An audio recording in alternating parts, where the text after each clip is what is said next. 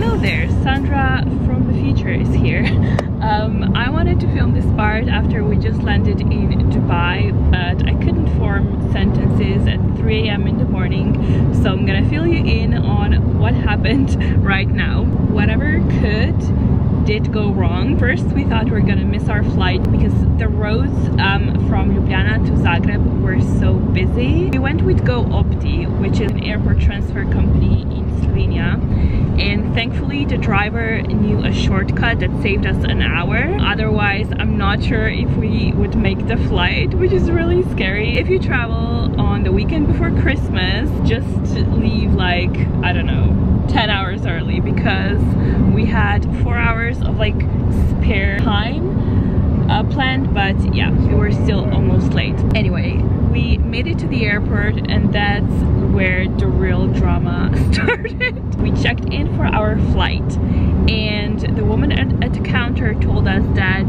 our connecting flight, we basically had a flight from Zagreb to Dubai, and then from Dubai to Christchurch with a stop in Sydney. And the flight to Dubai was fine, but our connecting flight from Dubai to Christchurch was overbooked, and she told us that only one of us has a ticket for the plane, and the two of us were on standby, which meant that we probably wouldn't make it onto the flight. So that was drama number one. It wouldn't be such a big problem if we were staying in like one hotel for the whole week, because it would just put us on, you know, another flight either later that day or the next day or whatever. But we have a very busy schedule. We are staying in another hotel every single day, and we have like 250 to 500 kilometers to drive every single day to make it from one hotel to another.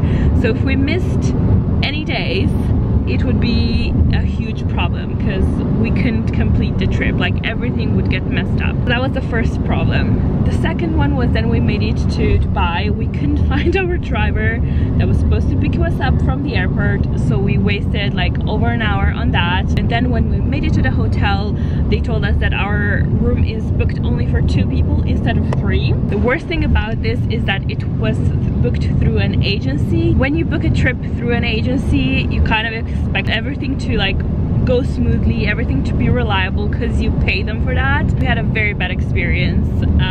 We booked through an agency called Booking Point. Do not recommend it because we had a lot of trouble with it. The only reason why we booked it through an agency, basically what we booked through an agency are flights, hotels, then also rent a car. In between plans on like what we're gonna see and do, I planned myself, but the core trip was booked through an agency because we decided we're gonna go to New Zealand when I was like moving from London to Slovenia, and I just didn't have time to plan it because I know how long it took me to plan our trip to Australia like 8 years ago when we went there for a month as well. So I was just like, you know, I can't do it in time. So yeah, we booked through an agency, but not doing that again. I can plan the whole thing by myself much better apparently. Anywho, thankfully we managed to sort everything out. Spoiler alert, I'm already in New Zealand. But yeah, let me first show you how our hotel looked like in Dubai, and then I guess continue with our day 1 in New Zealand. This is where you come in. Here's the toilet, and then here's the lounge area. All hotel rooms in Dubai are humongous, by the way, if you've never been to Dubai before. And there's an extra bed. Here's the main bedroom.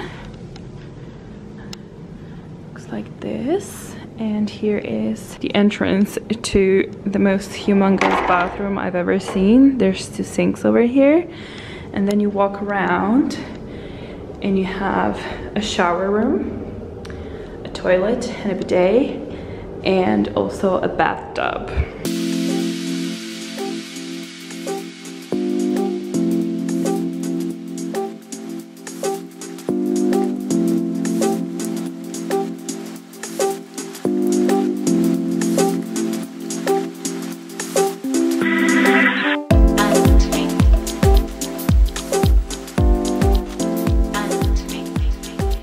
I finally made it to New Zealand. I'm currently in Christchurch. Just checked into our accommodation where we're staying for the night. We're gonna quickly unpack now, go through all the travel documentation that we got so that we can check if we have all the reservations for the next hotels.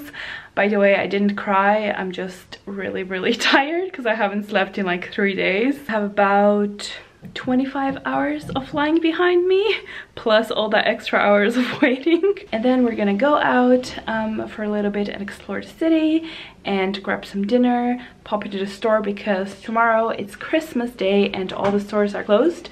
So we need some food for throughout the day. But yeah, let me quickly show you our room. It's so funny because everything is in like a Tudor style. So I feel like I'm somewhere in England. So this is how the entrance to our room looks like. We have a little sofa area here, desk table with a TV. A desk table? What? Can you tell I'm tired? A desk with a TV and like a dining table over here. And then here is the bedroom.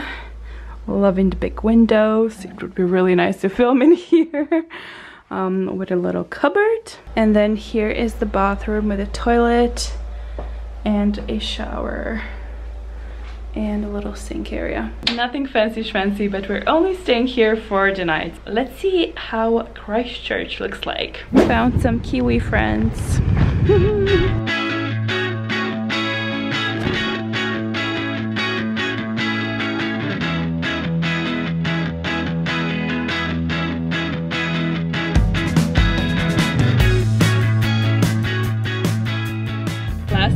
After we came back from the city center, I was so sleepy. I literally nodded off while blow drying my hair. Then I dropped my phone on my head about 3 times while I was trying to post an Insta photo. And then I fell asleep in a second and slept the whole night without waking up.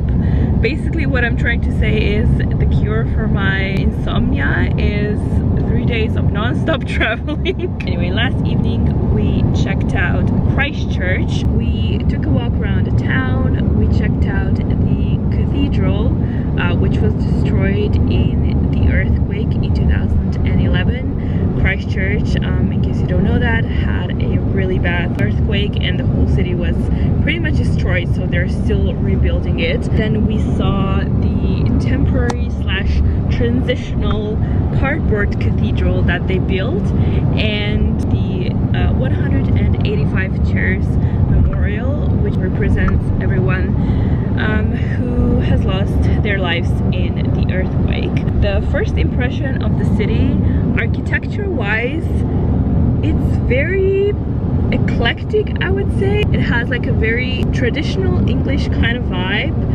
mixed with, I don't know, Midwestern country club kind of living, and then some modern buildings thrown into the mix. It is very clean. You could eat from the floor kind of clean. And the people seem to be really nice. They say hi to you on the street. They wave at you when you leave the restaurant. Like, not just people who work there, but everyone. The only thing was, the city felt like a ghost town. There was literally no one on the streets. I'm not sure if it's always like that, if it's just like a very not busy, chill kind of city, or if it was because it was the night before Christmas and pretty much everything was closed. We're struggling to find a restaurant. We ended up going to a pizza place that was quite near our hotel, so yeah, it was fine. Today we had breakfast. I'm gonna insert some footage of what we got at the breakfast table right now. We just had our breakfast and we got these Christmas crackers to open because it's Christmas Day today. Okay, go. Wait. What do you get if you eat Christmas decorations? Tinselitis. And we've got the crown as well.